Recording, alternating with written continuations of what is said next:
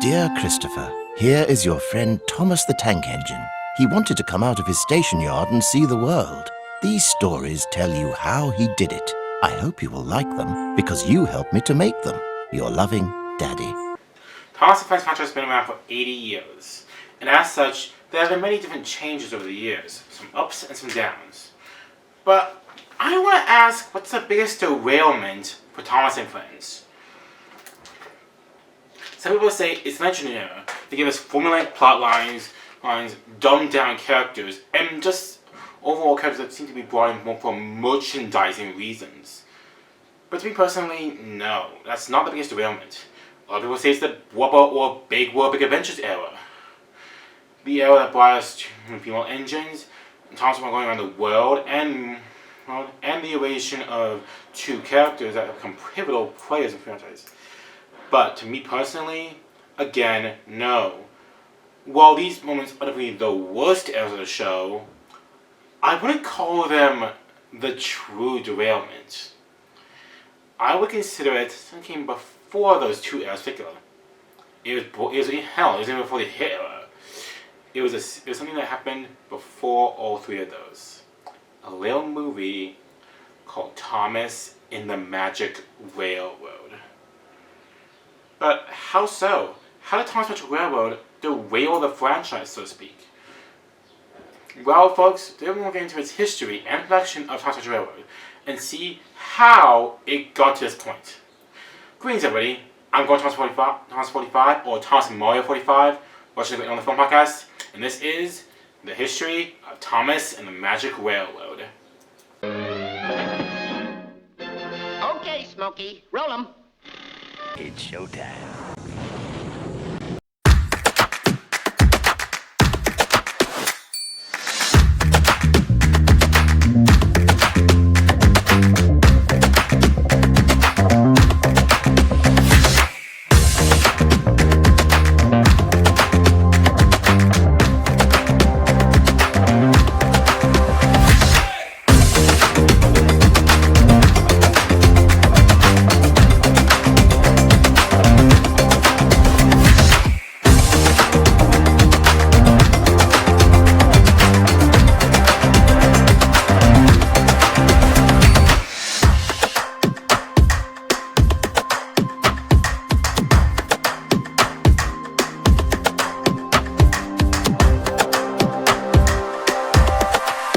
Everyone's mad.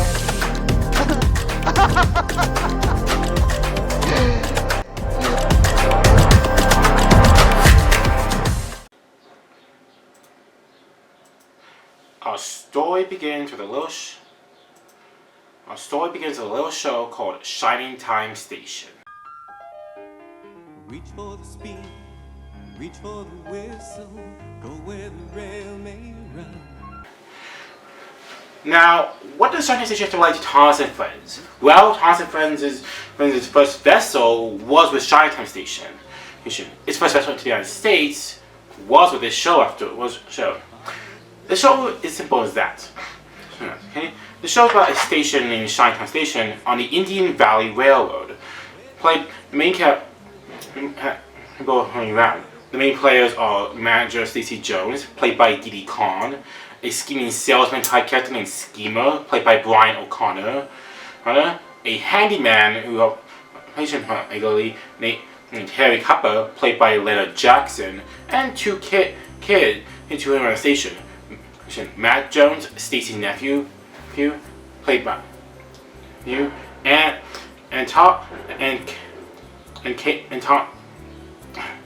and Tanya Cupper. God, I have a hard time saying that name.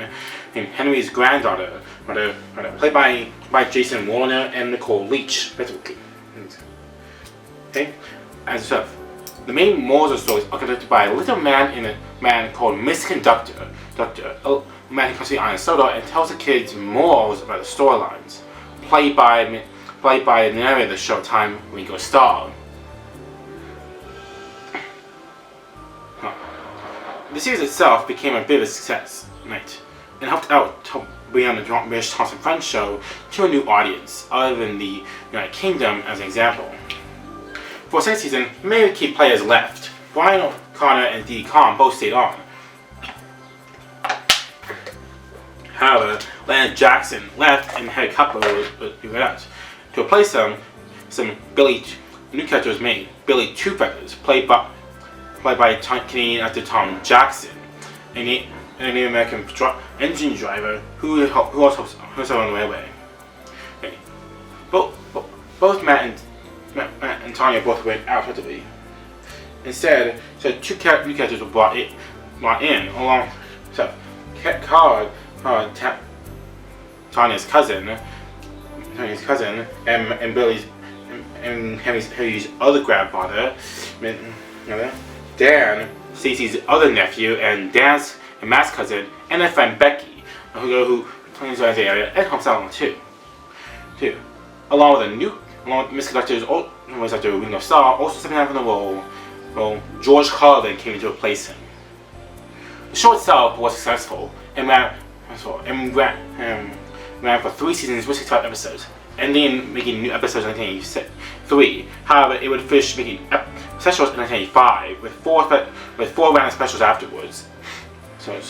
Now you might be asking yourselves, what does this have to do with Tom Sawyer Railroad? I'm talking about Tom Sawyer Railroad. Well, in 1985, after the show ended production, a movie was drafted. The movie was meant to be a bit different for Chinatown Station. In this movie, a circus is coming to Chinatown Station. However, an evil ringmaster kidnaps the conductor, so Thomas and his friends to save him. Meanwhile, the kids are also being a circus girl, overcoming failed horses to become a championship rider. And it even has a scene of a schemer being shot out of a cannon. While this movie sounds fun, I also think it's a more exaggerated take on the show, and also it seems like this could be fit into one special entirely. So there's probably a good reason why this was cut later on. Top Albert decided to change this movie from being about temptation to be more about a Thomas movie, with Chinatown Temptation elements mixed in. Initial titles include Thomas and the Rainbow Railway, but Thomas and the Magic Railroad was changed instead. I think as railroad was more universal to be around the world. The movie itself had several rewrites in terms of script. Initially, the film's main villain, Diesel 10, was going to be a new engine down solo, and they ignored this lost engine. This was changed to him to have a bit more of a different, acting more like a big engine bully character to the series. Anyways, this has changed the final film to have him be returning cast member. But we're not going to get too ahead of ourselves. Initial main plot details that were scrapped in the plot developments included George and Cranky's roles. Well, Cranky still is in the film technically. He's just that is basically his one scene, but his scene was cut in a sense. Initially, he was going to be the oil barrel or just a Ted. This was changed to Coal Street out at bottom. Now it's time for the next lesson, huh? I call it how to stop being stupid.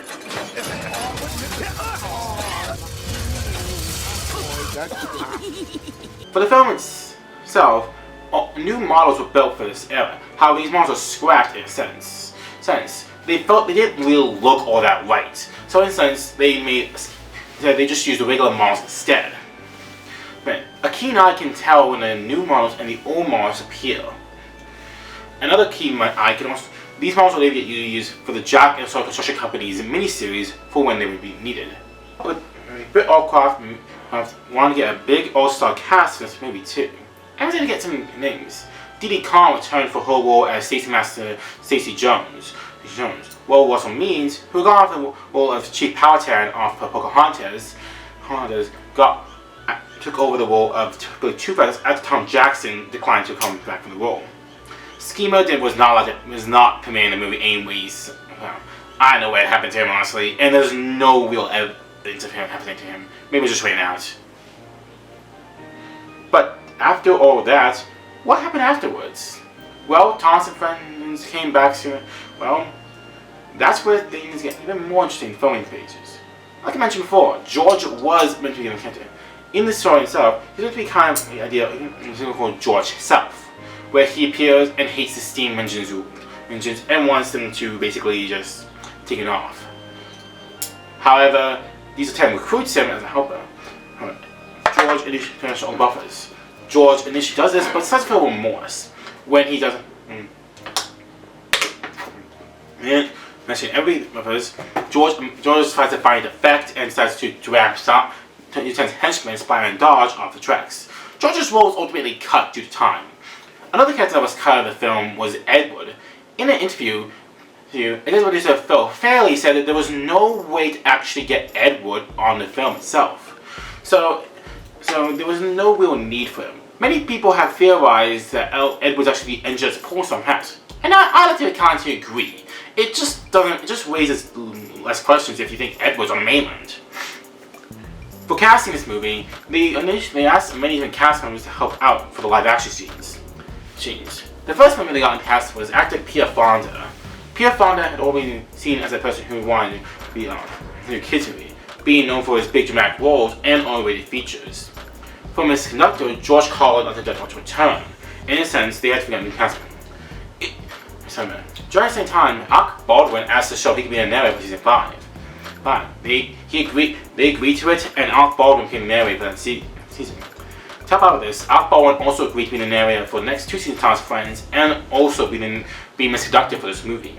Alec had, as for Burnett's granddaughter Lily, Mara Wilson took over the role Mara Wilson at the time was more known for being a child actress at the time, known for roles like Mrs. Doubtfire, Miracle on 34th Street, Matilda, and A Simple Wish.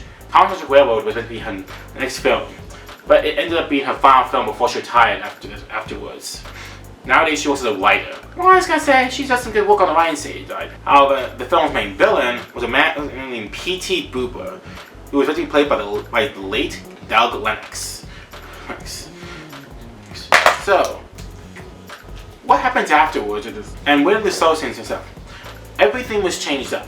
The Isle of Man was asking for film commissions, and Britt flew the scenes over there to make the live action scenes for the Isle of Man at Stockholm Station. The Thomas Friends scenes were moved to Toronto, Ontario as scenes, as Shepperton Studios is considered too small to actually film in.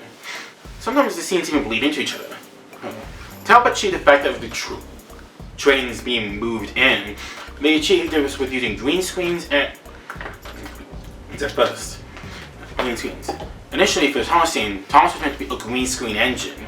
However, this did not look right. Instead, they used CGI instead, being the first ever time Thomas Friends would ever implement CGI. CGI would later get used in a series after Thomas Railroad for season 6 and 7, making them the first ever seasons to use CGI in a sense. To capture this Thomas chasing on a hill, an ATV rig was attached to Thomas as he steams down the hill. But probably more importantly than getting to film Thomas, was getting to pick who would be the voices of the engines. On a taxi ride, Britt Allcroft met a person named John Bellis. With hearing his voice, she found out that he was perfect for the role of Thomas.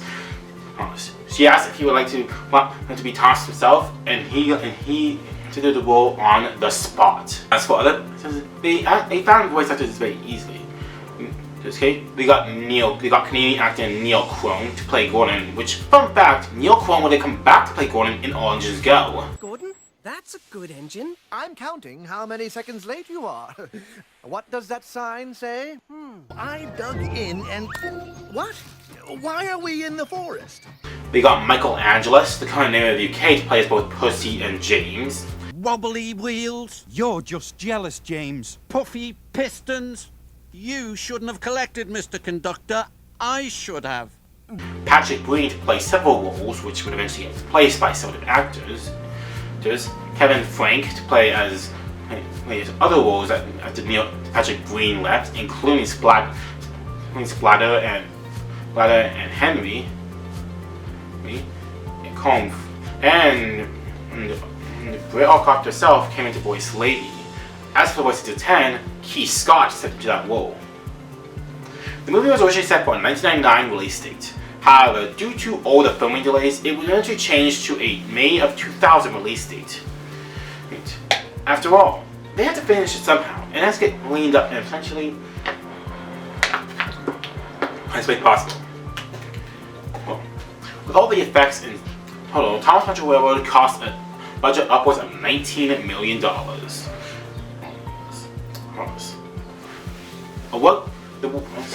As seen many different shots, there remained to be changes in afterwards, with lighting changes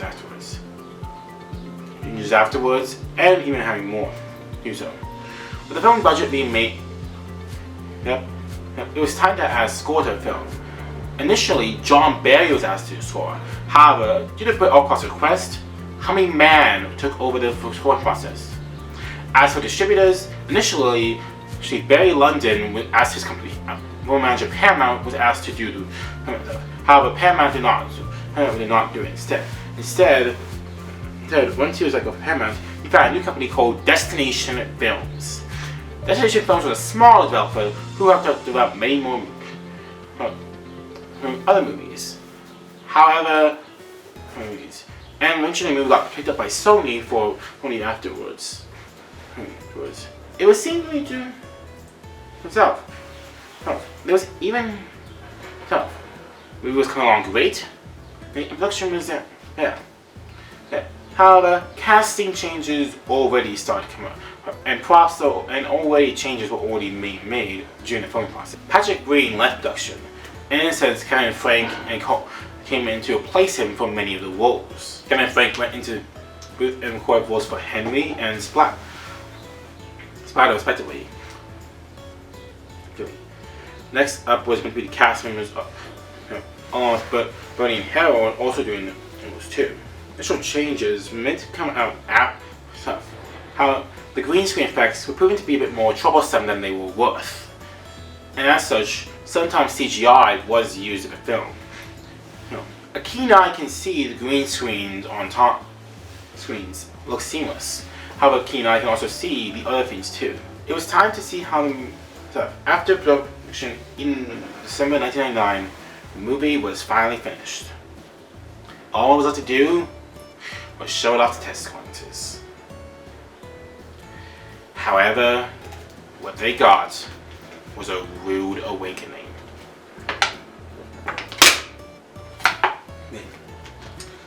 Something that they were not prepared to deal and not ready to brace for impact. After all, test audience, this is a film about Thomas, right? Well, test audiences, we're going to make sure that some changes were on the horizon as we look into what happened to Thomas Magic Railroad after the break. On the island of Sodor, Out of my way! something has gone terribly wrong. Losing your sparkle, huh? I've got to find more gold dust. Now, the only hope to save the town is a little engine called Thomas. Destination Films invites you and your family Little engines can do big things. to take a magical ride. Alec Baldwin, Peter Fonda, Mara Wilson, Thomas, and the Magic Railroad. Well done! Rated G. Starts Wednesday, July 26th. So what I mean that the test science was bad. Well, let's just say the test science didn't go well. Its first test screen was at a Los Angeles shopping mall in 2000, and it did not go well. Several complaints were lobbied at the movie, and as such, they had to make changes to Thomas Magic Railroad. The first main change was some of the voices of the engines. The initial voice of Thomas, John Bellis, was agreed by kid actors to sound too old and sounded off with his Liverpudlian accent. This was changed to Eddie Glenn in the final film. Say it, don't spray it, Thomas. I've still got sneezing powder up my funnel. Now I'm going to look for Mr. Conductor. John Bellis would later say that he would feel gutted about this film. However, he did get a few other things. He got movies credited as the transportation coordinator. He later said this: "It's just a big break, but I put me off, and I'm hoping something else will come along." Well, Percy and James's voice were the next ones to get cut.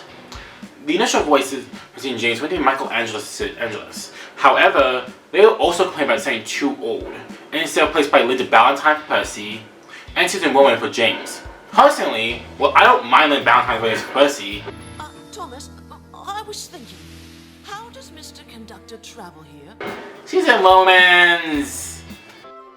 Sandal fly, boot fly, shoe fly, that's it.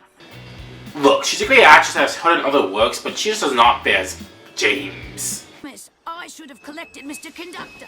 James is... The initial voice of Diesel 10, Keith Scott, was also changed. Initially, Keith Scott had a more Sideshow Bob-esque voice. You will always need help, because steam engines are cowardly, cranky, worn-out hunks of metal who couldn't hurt a fly. However, this was eventually found to be too scary. Neil Crone was brought in. Initially, Neil Crone tried a gruff Russian accent. However, test audiences thought this was offensive, and as such, this was changed to be more of a New York/New Jersey accent. You'll always need help. Because steam engines are cowardly, cranky, worn-out hunks of metal who couldn't hurt a fly. However, the biggest change was a change overall to remove the movie's villain, P.T. Boomer. P.T. Boomer made the film have a confusing narrative and was also too scary. As such, all of Douglas scenes with P.T. Boomer were removed, except for one scene where he appeared on his 10 running around, and another scene where he appears as a motorcycle with Douglas appears as a bicycle man that Bernard Stone gives directions to. All that was left was to edit the movie during the digital lights and magic and finish up the movie in time for a release date. Because of all this changes, the film was delayed again to July 26th, 2000. So, after 5 long years, Thomas Electric Railroad was finally ready to show off his production. The film bombed hard. Botheration! You weren't concentrating, Thomas. Lucky for you that the buffers were there. When watching Thomas Electric Railroad, it is a movie that's unsure of itself. The film itself has 2 running plots. Plot 1 is about Bernard Stone trying to restore his injured lady with the help of his granddaughter Lily and their friend Patch. Plot 2. Alec Baldwin is said to manage the Soto Railway with something on his own way. However, Diesel 10 is by the evil Diesel 10. Do you know something missing in this film though? Something major, like, oh, I don't know, Thomas? Yeah, Thomas Tank Engine, the character whose name is in the title, barely factors into this plot at all. Thomas barely does anything in this plot, and yet he's meant to be the main character. It's really bizarre. And as such, it feels like this movie is more things happening around Thomas rather than with Thomas scenes added in rather than Thomas Electric Railroad. There are several scenes where Thomas just doesn't appear, and I'm meant to say, oh, but report. So it really doesn't work. Not to mention that it can be really inconsistent in terms of acting, and some actors like Alex Baldwin are clearly giving it all with these characters. It is a very important day. I'm going to the island of Soto. You know, it's the only place in my universe where I really fit in size-wise. Well, other actors like Pierre Fonda are kind of moping around the entire time. It doesn't really help out in this case. It makes the film feel like it's dragging on and meandering. And honestly, it doesn't really help that this film really doesn't value it all. Adding magic to a world of Thomas and Friends and making it doesn't really help. And it feels almost like a kid movie rather than a family movie. That being said, there are some good things in Thomas Electric Railroad. But when the scenes are on the island of Soto, they're actually quite good. Most of the best moments are on the island of Soto. And the villain 10 is easily hands down the best part of the movie. Pinchy, you captured the real me. I mean, that's beautiful. I could cry. Neil Crone kills it as the role, and he does a great performance nonetheless. Not only that, but most of the actors that play the engines are actually doing a very good job. With the exception of Susan Roman, I'd say that everyone actually is giving it all. Even Eddie Glenn and Linda Valentine, who were recast.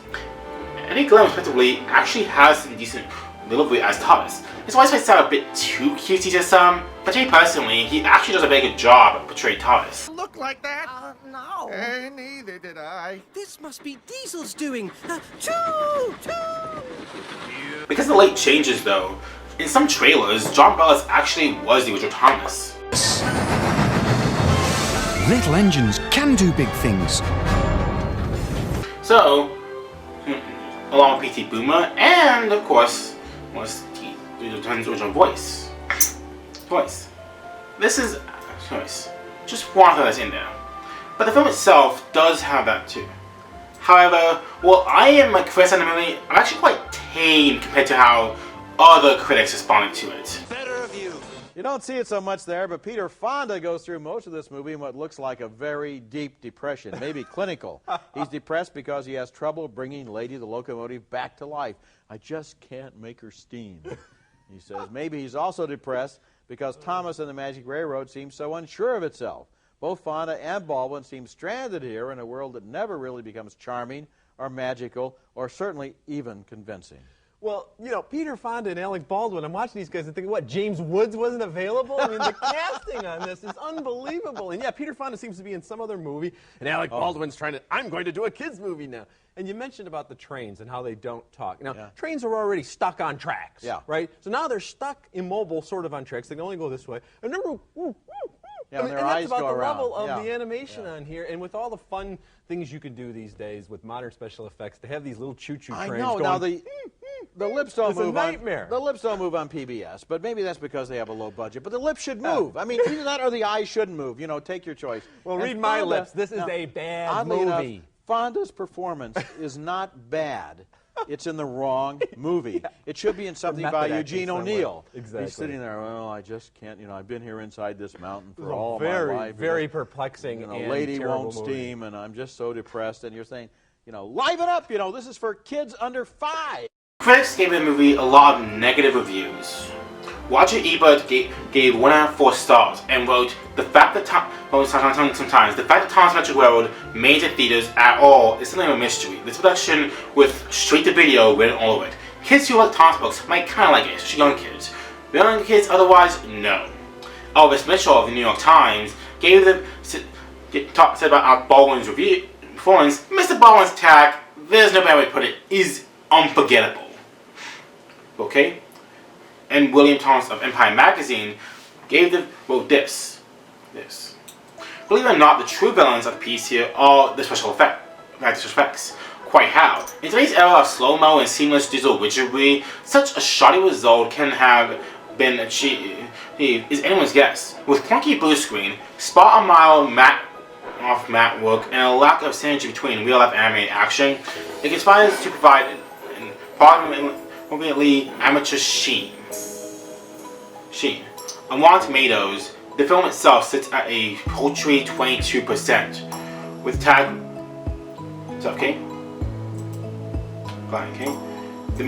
with tagline at the end tagline reviewers consensus saying this: kids these days demand cutting-edge special effects, or at least a clever plot with cute characters. This movie has neither, having lost its mechanization of what the British original did so right. The movie itself, however, also did not do well at the box office. On a budget of $19 million, the film only made $19.7 million.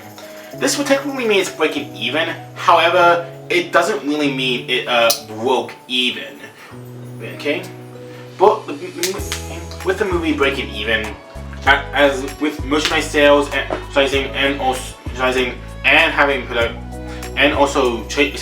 classes, the movie would have had to make around $40 million to make a profit.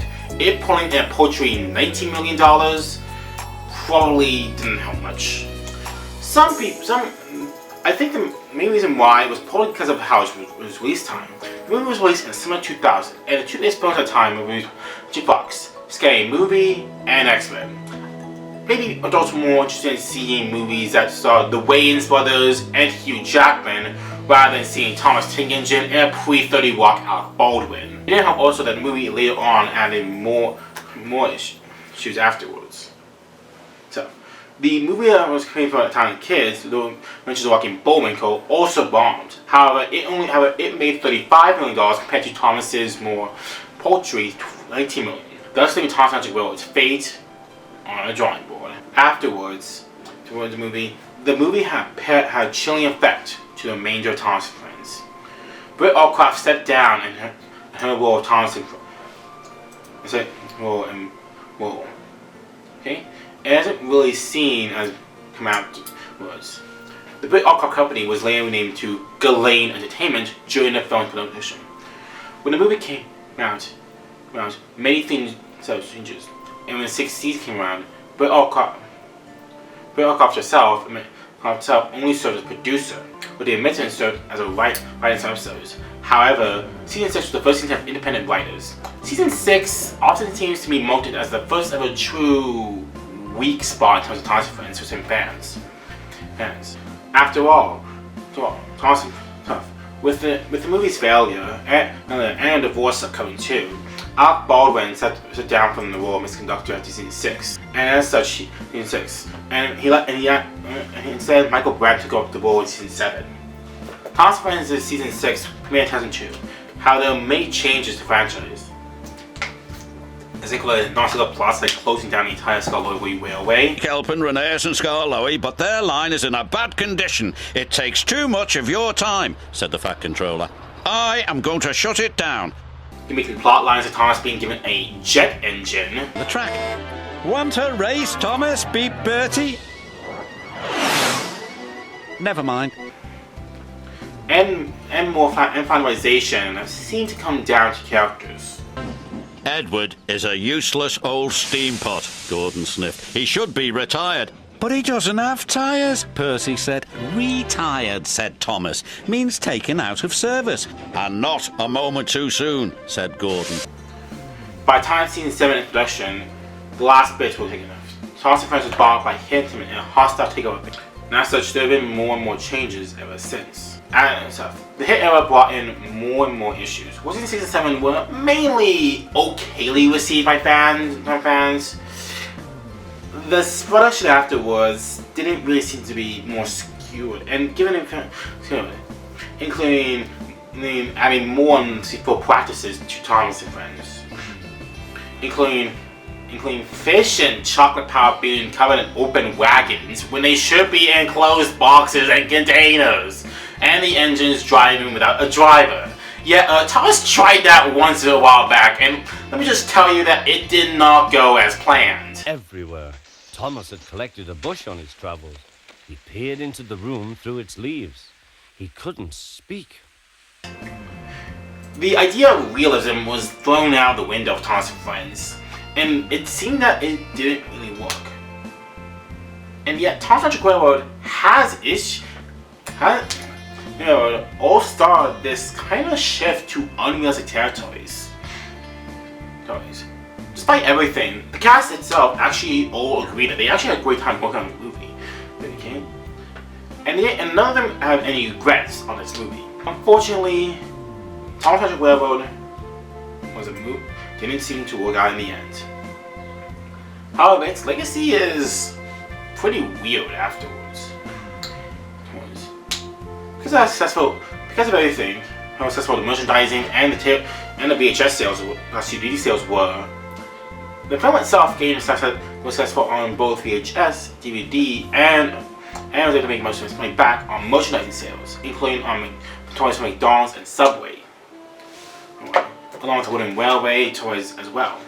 However, what is the legacy left behind on Thomas Magic Railroad? Well, it's a legacy that's pretty unique. In 2020, a work print of the movie was leaked online in preparation for the 20th anniversary of the movie and 20th edition Blu-ray. The work print itself gives us a bit of a better outline of what the movie was like. All the scenes of P.T. Boomer are restored, along with a lot of the changes that were made. While this work print is unfinished, it gives us a general outline of what was to happen with Thomas Magic Railroad. And it gives us a general idea of what to go on. Okay?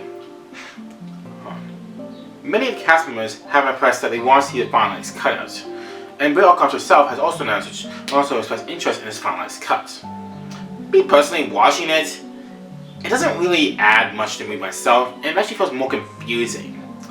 The narrative also has changed. In Thomas Railroad's original cut, Lily was a narrator to Thomas in a grown-up version of Lily's Voice Price. This was changed to his conductor in the Firelight film.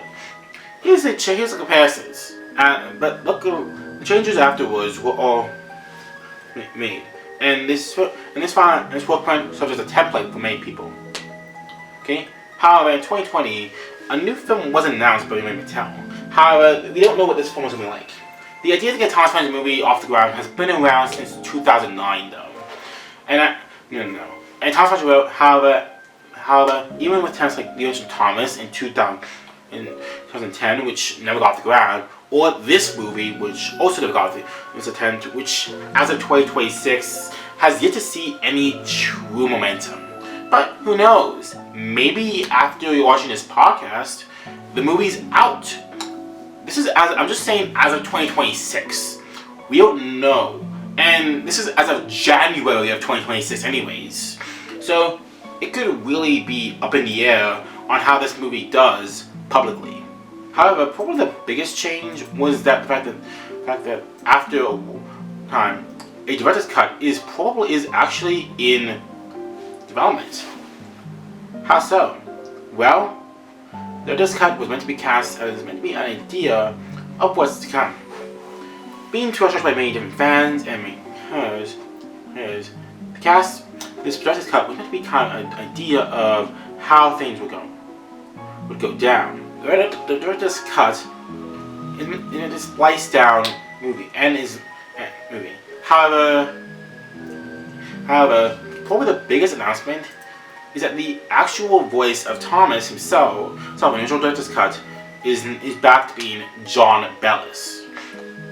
Bellis expressed incredible happiness in this movie, and he said that he's ready to work on this movie as things go on. We don't know what's going to happen with this director's cut. This director's cut seems to be a bit of a weird shot in the end. And we don't know what's going to get released. The impacts of Thomas Fletcher Railroad are still being felt to this day. And it has been made Thomas fans skittish to make more and more movies. Even the more faster version, we don't know when that version is going to come out. There's been annual specials ever since 2009-8 with Great Discovery. However, most of these are not meant for theatrical release. It seems that Thomas Fletcher Railroad cursed the series idea for a theatrical movie. And honestly, it's a shame. Thomas Fletcher Railroad is a weird film, measure. While the movie itself is heavily flawed, it has its own merits. The acting's fairly good for the most part. The scenes on Soto are actually quite entertaining. And Diesel 10 actually does have a decent, actually is a great villain. But the issues are quite apparent. The plot is a mess.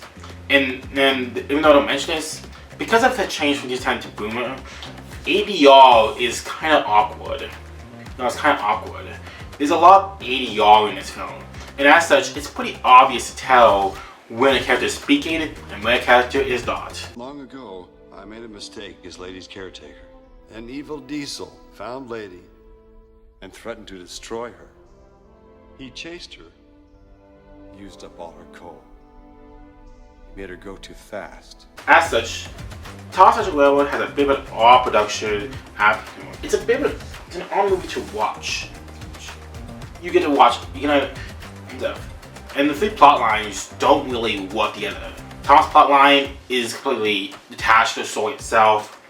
The Akbar and Mr. plot line is fun as it is a decent plot line itself, but feels like it's in the wrong.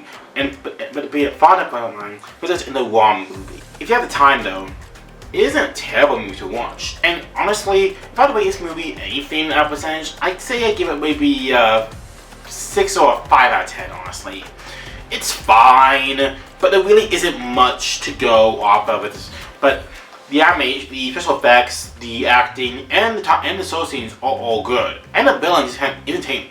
However, the plot line is a mess and doesn't really work. Before we end off this video, though, I'd like to give a few shout-outs to okay? other than the child, the Lucky Tug, he made 2 videos on both Thomas Country Road, which are the main source of inspiration for this video. Yeah, okay? If you like this podcast more, please listen to it on all the podcasting sites. This includes Apple, Spotify, YouTube, Amazon, and wherever else you listen to podcasts. Please come follow me on Patreon and Bluesky. So, bye. And please subscribe to my YouTube channel, where this podcast gets uploaded to all of you guys to see. Until next time, this is Thomas 2045, and this is Good No Podcast saying, see you all later.